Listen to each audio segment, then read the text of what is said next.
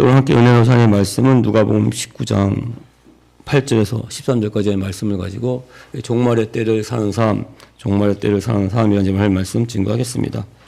우리 성도님들 만약에 내일 지구에 종말이 온다면 과연 어떻게 하실지 한번 생각을 해보셨는지요? 미국에서는 종말이 실제로 피부에 와 닿았던 적이 있었다고 합니다. 당시의 신문 기사를 보면 그 내용이 아주 자세히 기록이 되어 있습니다. 1880년 5월 19일 뉴 잉글랜드주, 그러니까 그 지역 사람들에게는 평생 잊지 못할 날이 찾아왔습니다. 아침은 평소와 다르지 않았습니다. 사람들은 각자 일터로 나갔고 또 아이들은 집 앞에서 놀고 있었어요. 그런데 오전이 지나면서 하늘이 점점 어두워지기를 시작합니다. 처음에는 그냥 비가 오려나 보다 이렇게 생각을 했어요. 그런데 시간이 지날수록 하늘은 점점 더 어두워져만 갔습니다. 정오가 가까워지자 한낮이에요. 그럼에도 불구하고 앞이 보이지 않을 정도로 정말 캄캄해졌습니다. 암흑천지로 변했어요. 사람들은 촛불을 켜야 했습니다. 또 닭들은 밤이 온 줄 알고 횃대에 올라갔어요. 소들은 스스로 외양간으로 돌아갔습니다. 이것을 본 많은 사람들의 마음속에는 성경에 나오는 종말의 날이 왔다는 그러한 두려움이 들기 시작했어요. 세상에 마지막 날이 온 것이 아닌가 하는 생각을 갖게 됩니다. 마침 뉴 잉글랜드주 의회당에서도 회의가 열리고 있었습니다. 밖은 점점 어두워졌어요. 이것을 본 의원들 사이에도 두려움이 퍼져갔습니다. 심판의 날이라면, 이것이 심판의 징조라면 의회를 중단해야 되지 않을까 이런 생각을 하고 있었어요. 술렁이기 시작했습니다. 이때 한 사람이 조용히 일어납니다. 그 사람의 이름은 아브라함 데이본 포트였어요. 단호한 목소리로 말을 했어요. 외쳤습니다. 지금 이 암흑 세태가 종말의 날 그 징조가 아니라면 회의를 연기할 필요가 없고, 또 만약 오늘이 종말의 날이라고 할지라도 그래도 우리는 지금 이 순간에 우리의 의무, 책임을 다해야 합니다. 데이본 포트의 말 한마디로 말미암아 흔들리던 그 사람들의 마음이 붙잡아졌습니다. 결국 그날의 어둠은 하루가 지나면서 그냥 사라졌어요. 종말은 오지 않았습니다. 나중에 밝혀진 사실은 아주 멀리 떨어진 곳, 북쪽에 있는 캐나다 지역에서 일어난 거대한 산불과 그 연기와 그로 생긴 그 짙은 안개로 말미암아 하늘이 꽉 채워졌기 때문입니다. 그런데 이러한 사실보다도, 이 자연현상보다도 당시 아니 지금까지도 사람들 마음속에 각인된 것이 있어요. 그것은 그 산불의 연기, 안개가 아니라 한 사람의 태도입니다. 그 어둠 속에서도 자신의 자리를 지켰던 사람, 두려움 속에서도 사명을 내려놓지 않았던 아브라함 데이본 포트였습니다. 지금 이란과 미국과 이스라엘 전쟁 잠깐 휴전 중에 있어요. 하지만 휴전하기 90분 전까지 중동 지역은 불바다가 될 것이다. 오늘 밤에 한 문명이 사라진다. 정말 이 세계 3차 대전이 일어날 수 있다는 그러한, 종말이 시작될 수 있다는 그러한 생각이 저는 그날 밤에 들었어요. 정말. 왜냐하면 2000년간 정말 세계를 떠돌았습니다. 엄청난 핍박과 박해를 받았어요. 이스라엘 백성들, 유대인들이 다시금 가나안 땅, 지금의 팔레스타인 지역으로 돌아오게 된 것을 일부 신학자들, 옛날에는 굉장히 또 강력한 그러한 신학자들의 주장이었었습니다. 이 세대주의라고 그러는데 이 사람들은 이것이 바로 요한계시록에 나타난 이 종말의 징조라고 말을 했습니다. 지금은 아니에요. 하지만 우리 한때, 우리 여의도 순복음교회, 우리 기아성, 하나님의 성에서도 이 세대주의 신앙을 동조했던 적이 있습니다. 그래서 조용기 목사님도 이 종말을 외쳤던 적이 있었어요. 또한 다른 한편으로는 예수님 정말 오실겠구나 하는 생각에 또 소망이 생기기도 사실은 했어요. 이런 생각은 저만 가진 생각은 아니라고 생각을 합니다. 그 중동 지역에서부터 시작된 그 전쟁으로 말미암아 세계 종말은 올 수도 있기 때문입니다. 그런데 중요한 것은 제가 가끔 말씀을 드립니다. 우리는 지금 종말의 때를 살고 있어요. 어차피 우리는 종말의 때를 살고 있습니다. 그래서 세상의 종말이 언제 오는 것보다 더욱더 중요한 것은 우리 마음 가운데 세상의 종말이 먼저 와야 한다는 것입니다. 내 마음 가운데 세상의 종말이 먼저 오게 되면은 내 안에 하나님의 나라가 임하게 될 줄 믿습니다. 하나님의 백성된 삶을 내 안에 종말이 임함으로 그 하나님의 나라를 누릴 수 있게 됩니다. 오늘 본 말씀은 예수님이 이 종말의 때 어떻게 살아야 되는지 친히 직접 하신 말씀입니다. 예수님이 이 세리장 삭개오의 집에 머물 때 직접 한 말씀이요. 이 말씀 우리는 잘 알아야 합니다. 당시에 로마 그 세금은 식민지였습니다. 이 로마의 세금을 대신 징수하는 매국노였고 또 굉장한 죄인으로 불리던 이 세리장 삭개오에게 예수님께서 말씀하세요. 정말 은혜의 말씀을 하십니다. 누가복음 19장 9절 10절입니다. 예수께서 이르시되 오늘 구원이 이 집에 이르렀으니 이 사람도 아브라함의 자손이미로다. 인자가 온 것은 잃어버린 자를 찾아 구원하려 함이리라. 이 죄인으로 지탄받던 세리장 삭개오를 구원하셨다는 그런 말씀을 예수님이 하십니다. 인자가 온 것은 잃어버린 자를 찾아 구원하려 함이라. 인자는 지난 시간에 말씀을 드렸어요. 메시아, 구원자, 예수님 자신을 지칭한다고 말씀을 드렸습니다. 이러한 말씀을 들은 옆에 있던 많은 사람들은 드디어 종말의 때가 왔구나 이런 생각을 합니다. 11절 보시면 그들이 이 말씀을 듣고 있을 때 비유를 더하여 말씀하시니 이는 자기가 예수님이 예루살렘에 가까이 오셨고 그들은 하나님의 나라가 당장에 나타날 줄로 생각함이더라. 무슨 말씀인가 하면 하나님의 나라가 당장에 나타날 줄로 생각했다는 것입니다. 하나님의 나라가 오려면 그때 그 유대인들이 믿고 있던 그러한 신앙에 의하면 먼저 메시아가 와야 한다고 믿었어요. 메시아를 통한 구원의 역사가 일어난 다음에 하나님의 나라가 일어난다고 믿었기 때문입니다. 그러니까 지금 예수님이 이 죄인인 삭개오를 구원하십니다. 또한 그와 더불어 자신들도 지금 로마의 식민지에서 구원할 것이라고 믿었기 때문입니다.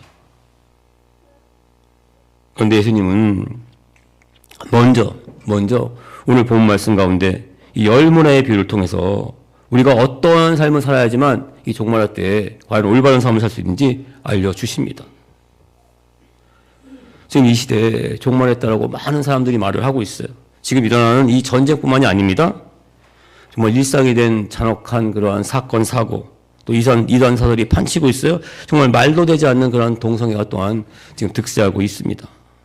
디모데후서 3장 1절에서 5절 보시면 너는 이것을 알라.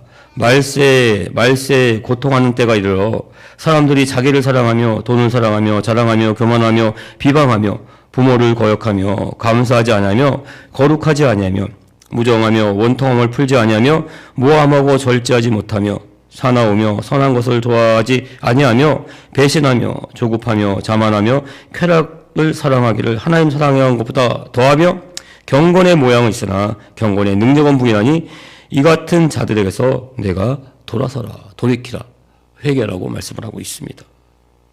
성경에서도 지금 이 종말의 때, 이 시대와 아주 비슷한 내용의 말씀을 하고 있습니다. 그렇다면 지금이 종말의 때라면 우린 과연 이 종말의 때를 어떻게 살아야 될 것인가 오늘 본 말씀 통해서 알 수가 있습니다. 먼저 살펴볼 것은 이 열 문화에 대한 비유, 이 비유의 말씀입니다. 이 열 문화와 달란트의 비유, 언젠가 말씀을 드린 것 같은데 굉장히 비슷합니다. 그래서 많은 사람들은 예수님께서 하신 그 한 가지의 말씀, 이 하나의 말씀을 마태는 달란트의 비유로 기록했고 누가는 열 문화의 비유로 기록했다. 이렇게 오해 아닌 오해를 하고 있어요. 그러니까 마태복음에는 달란트의 비유로 기록되어 있고 또 이 누가복음에는 열 문화의 비유로 기록되어 있기 때문입니다. 그런데 아닙니다. 비슷해 보여요. 하지만 자세히 보면은 이 말하고자 하는 핵심 주제가 전혀 다릅니다. 가장 다른 것은 달란트의 비유는 말 그대로 달란트입니다. 이게 탤런트, 그러니까 재능, 은사에 대한 내용입니다. 그래서 5달란트, 2달란트, 한 달란트, 그 사람에게 주신, 각 사람에게 준 그 탈란트, 은사에 대한 그러한 내용이에요. 각각 다르죠, 은사가 사람들에게 주어진. 하지만 이 열 문화에서 비유에서는 우리가 알 수 있는 것은 열 문화는 10사람 모두에게 똑같이 주어졌어요. 한 사람에게 한 문화씩 주어졌습니다. 10사람에게 열 문화가 주어졌다는 것입니다. 13절 보시면 그종 열을 불러 은화 열 문화를 주며 이르되 내가 돌아올 때까지 장사하라 하니라. 내가 돌아올 때까지, 주인이 돌아올 때까지의 기한, 그 시간의 한계가 아주 공평하게 주어졌다는 것입니다. 그래서 이 한 문화는 우리에게 공평하게 주어진 것들을 상징하고 있어요. 특히 시간을 상징하고 있습니다. 시간은 정말 빈부귀천 따지지 않습니다. 부자라고 해서 늘어지지 않아요, 시간이. 그렇다고 해서 가난해서도 줄어들지가 않습니다. 모든 사람들에게 똑같이 한정된 시간은 24시간입니다. 이렇게 주어진 24시간의 그 양은 대통령이나 노숙자나 다 같다는 거예요. 대체 불가능한 24시간입니다. 다른 것으로 바꿀 수가 없어요. 그러면 이 종말의 때 이 시간을 우리는 어떻게 사용을 할 것인가? 첫 번째, 하나님 말씀 가운데 신실하게 살아야 한다는 것입니다. 시간은 양적으로는 공평하게 주어졌지만 질적으로는 공평하지가 또 않다는 것입니다. 시간에 대한 굉장히 아름다운 시가 있습니다. 시간은 기다리는 사람에게는 너무 느리고 두려워하는 사람에게는 너무 빠르고 고통당하는 사람에게는 너무 길고 즐기는 사람에게는 너무 짧다. 하지만 사랑하는 사람에게는 영원하다. 시간은 사용하는 사람에 따라서 질적으로는 그 신축성이 있다는 뜻입니다. 그러니까 질적으로는 분명히 길고 짧음이 있습니다. 하나님께서 열 문화를 남긴 칭찬하신 사람을 보면 알 수가 있어요. 17절 보시면 주인이 이르되 잘하였다 착하고 착한 종이여 내가 지극히 잘한 것에 충성하였으니 열 고을 권세를 차지하리라 하고, 그러니까 한 문화를 가지고 장사해서 열 문화를 남긴 종에게 하신 말씀입니다. 이 말씀 가운데 잘했다 충성했다 이것은 칭찬의 말이에요. 이 잘했다 충성했다 말을 갖다가 합치면은 잘하고 충성되는 것이 되는데 이것을 한 단어로 말하면 신실하다는 단어가 됩니다.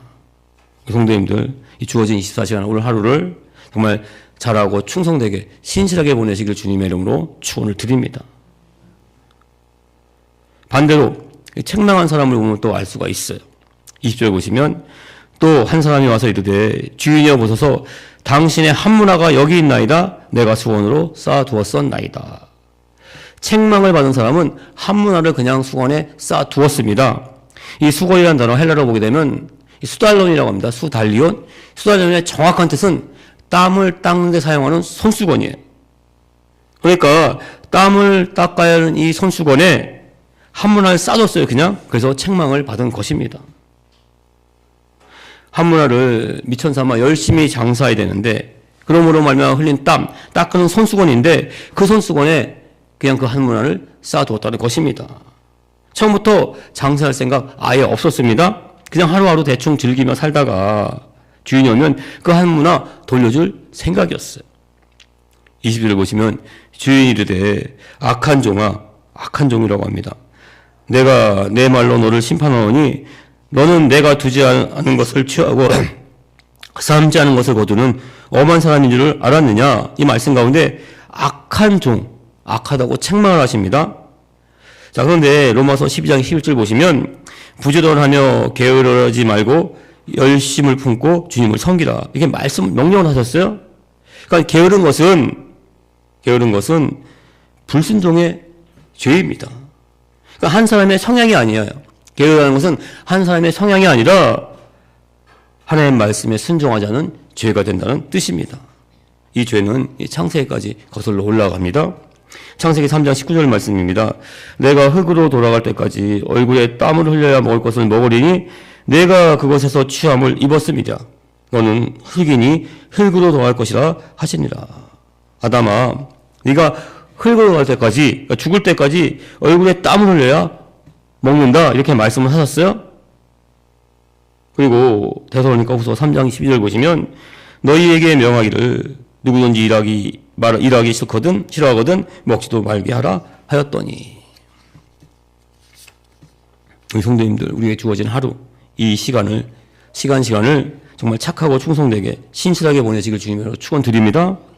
두 번째, 그래서 우리는 하나님이 주신 그 사명으로 살아야 합니다. 지금 현대를 사는 우리들, 해가 바뀌면 바꿀수록 더 바빠진다고 토로하고 있어요. 사실 맞습니다. 이렇게 바빠진 건 20년 전과 비교해 보면은 연구한 그 결과에 따라서도 마찬가지예요. 12배가 더 바빠졌다고 합니다. 20년 전에 비해서. 무엇이 바빠졌냐면은 옛날에는 TV를 보게 되면은 채널이 몇 개 안 됐어요. 하지만 20년 전에 비해서 지금은 채널이 굉장히 TV 채널이 늘어났습니다. 또한 여기다가 OTT까지 합세했어요. 엄청난 미디어, 이 정보의 홍수에 우리는 살고 있습니다. 또한 한정된 시간을 갉아먹고 들어오는 이 사건과 사고가 엄청나게 많아졌어요. 사람을 마주치면 혹시나 저 사람이 나를 해코지 않을까 하는 그러한 염려와 걱정, 그런 두려움 가운데 보내는 시간이 많아졌습니다. 또한 이 묵지마 폭행이 정말 일상화됐습니다.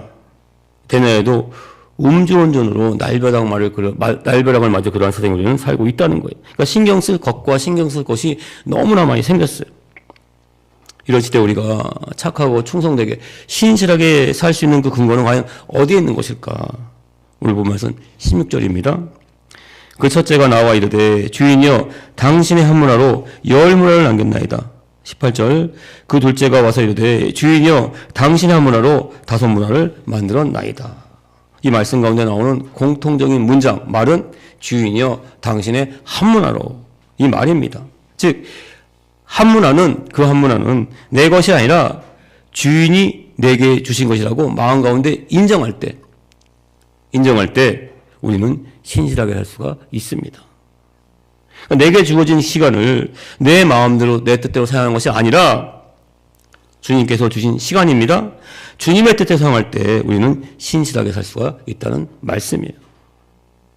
그래서 이 한 문화가 상징하는 것은 시간이라고 말씀했는데 이 또 한 문화는 사명을 상징하기도 한다는 것입니다. 그래서 우리는 청춘의 때도 사명이고 이 장년의 때도 사명이고 노년의 때도 사명이에요. 시간을 보내고 있기 때문입니다. 지금 앉아있는 이 예배 시간도 사명의 시간인 줄 믿습니다. 오늘 하루하루가 다 하나님 앞에는 사명이에요. 이 종말의 때를 사명으로 살도록 권면하는 말씀은 베드로전서 4장 7절에서 10절까지의 말씀입니다. 만물의 마지막이 가까이 왔으니 그러므로 너희는 정신을 차리고 근신하여 기도하라. 무엇보다도 뜨겁게 서로를 사랑할지니 사랑은 허다한 죄를 덮느니라. 서로 대접하기를 원망 없이 하고 각각 은사를 받은 대로 하나님의 여러 가지 은혜를 받은 선한 청지같이 서로 봉사하라. 만물의 마지막에 가까웠으니 선한 청지같이 서로 봉사하라 이렇게 말씀하고 있습니다. 이 말씀 가운데 청지기는 주인이 맡겨준 것을 잘 관리하는 직분입니다. 사람이에요. 선한 청지기는 말 그대로 착하고 충성된 성직입니다. 그러니까 신실한 청지기라는 말씀이에요. 성도님들 정말 신실한 청지기가 되어서 하나님 주신 그 사명 넉넉히 감당하실 주님의 이름으로 축원을 드립니다. 1880년 세상이 정말 암흑천지로 변했던 그날, 종말이 온 줄 알았던 그날에 그 어둠 속에서 대부분의 사람들은 두려움에 떨었습니다. 하지만 이 아브라함, 데이븐, 포트는 그럼에도 불구하고 종말의 날, 이 순간에도 우리는 우리의 의무, 그 책임을 다해야 된다 이렇게 외쳤습니다. 이렇게 외칠 것은 내게 주어진 오늘 이 시간에 내게 주어진 그 사명을 다하기 위한 것이었습니다. 그 세 번째, 우리가 이렇게 신실하게 사명을 감당하게 되면 하나님께서는 더 크고 좋은 곳으로 채워진다는 말씀입니다. 신실하게 사명 감당하면 하나님은 더 크고 좋은 곳, 영원한 것을 우리에게 맡겨주십니다. 오늘 본 말씀 가운데 주인이 종들에게 그 한 문화를 맡긴 이유, 고생시키려고 뭐 돈 더 벌려고 절대 아니라는 거예요. 더 좋은 곳 주려고 맡긴 것입니다. 10절 말씀 다시 한번 읽겠습니다. 주인이 이르되 잘하였다 착한 종이여 내가 지극히 착한 것에 작은 것에 충성하였으니 열 고울 권세를 차지하리라 하고, 이 말씀에서 우리가 더욱더 확실히 알 수 있어요. 한문화는 목적이 아니에요. 돈을 더 벌기 위한 그러한 목적이 아니라는 것입니다. 한문화를 맡긴 이유는 한 고을을 맡기기 위한 것이었습니다. 그러니까 그 작은 사명은 더 큰 사명을 맡기기 위한 하나의 준비 과정이었다는 뜻입니다. 누가복음 16장 10절 말씀입니다. 지극히 작은 것에 충성된 자는 큰 것에도 충성되고 지극히 작은 것에 불의한 자는 큰 것에도 불의하니라. 이 말씀 가운데 우리가 더욱더 중요하게 여겨야 될 것이 있습니다. 작은 사명에 충성을 다한 이 종에게 열 고을을 다스리라는 권세를 맡긴 것은 그저 이 땅 가운데 더 큰 일을 맡긴다는 것을 뜻하지만은 않다는 것입니다. 종말의 때 하나님이 우리에게 맡기실 영원한 하나님의 나라에 대한 사명인 줄 믿습니다. 자, 문화와 달란트, 당시의 화폐 단위였어요. 이 화폐 단위의 가치는 엄청난 차이가 있습니다. 한 문화는 노동자가 약 100일 동안 일해서 받는 품삯입니다. 그러니까 석 달 동안 일해야지 받는 품삯이에요. 한 1,000만 원 정도가 된다고 생각을 할 수 있어요. 이에 비해서 달란트는 60문화입니다. 그러니까 한 문화의 60문화가 한 달란트입니다. 엄청난 액수예요. 6억 원입니다. 6억 원. 그러니까 16년을 꼬박 일해야 받을 수 있는 엄청난 돈이에요. 그런데 이 말씀 가운데 중요한 것은 돈의 크기가 절대 아니라는 것입니다. 주는 방식이 다르다는 것입니다. 다시 한번 말씀드립니다. 달란트에 비유해서는 어떤 사람은 5달란트, 어떤 사람은 2달란트, 어떤 사람은 1달란트 각각 다르게 받았어요. 우리에게 주어진 재능, 은사 각각 다릅니다. 하지만 오늘 본 말씀 한 문화에 비유해서는 모든 사람이 다 똑같이 한 문화씩 받았다는 것입니다. 하나님께서 공평해 주신 것을 의미합니다. 시간을 의미하고 사명을 의미한다는 것입니다. 미국의 전 대통령 지미 카터는 지금부터 한 10년 전에 90세의 나이에 가난이로 전이가 됐어요. 일주일밖에 못 산다는 시한부 판정을 받았습니다. 이 사실을 알게 된 기자들이 지미 카터를 찾아왔어요. 첫 번째 기자가 묻습니다. 당신은 세상의 정말 변화를 위해서 열심히 일했는데 마지막으로 당신이 소망하는 세상은 어떤 세상입니까? 이렇게 물었습니다. 지미 카터는 말합니다. 아프리카에 오염된 물, 그 물에 기생하는 기생충들이 완전히 박멸되는 것을 원합니다. 이렇게 대답을 했어요. 두 번째 기자가 묻습니다. 지금 일주일밖에 못 산다고 생각하는데 어떻게 생각하십니까? 지미 카터는 대답합니다. 나는 그런 것에는 관심이 없습니다. 하나님께서 내 삶의 시간을 하나님께서 주관하시기 때문입니다. 세 번째 기자가 묻습니다. 그러면 당신은 남은 일주일 동안 가장 마지막으로 하고 싶은 것이 무엇입니까? 이렇게 물었어요. 대답합니다. 지미 카터가 대답해요. 늘 하던 대로 조지아주 마라나타 침례교회에 출석해서 이전처럼 봉사하고 헌신하기를 원합니다. 사실 이 지미 카터는 대통령 시절에도 빠지지 않고 교회 학교에서 학생들을 가르쳤어요.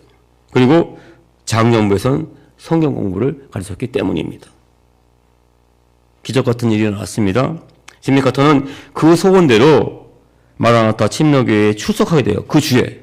그리고 오전에는 교회 학교에서 학생들을 가르쳤고 오후에는 장년부 성경 공부를 가르쳤습니다.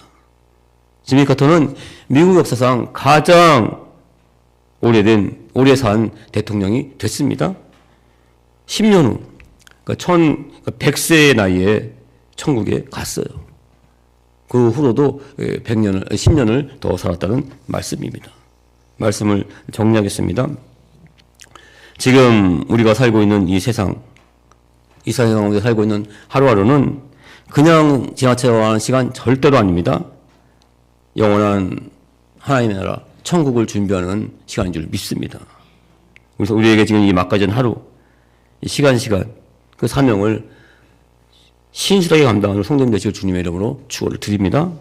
장차 그 영원한 하나님의 나라 천국에서 하나님께서 우리에게 더욱더 큰 아름다운 영광스러운 것으로 우리에게 맡기실 줄 믿습니다. 오늘 주어진 하루하루의 그 시간, 사명을 더욱더 신실하게 감당하는 말미암아 하나님의 나라 천국을 준비하시는 우리 주의 백성 되시길 주님의 이름으로 축원을 드립니다.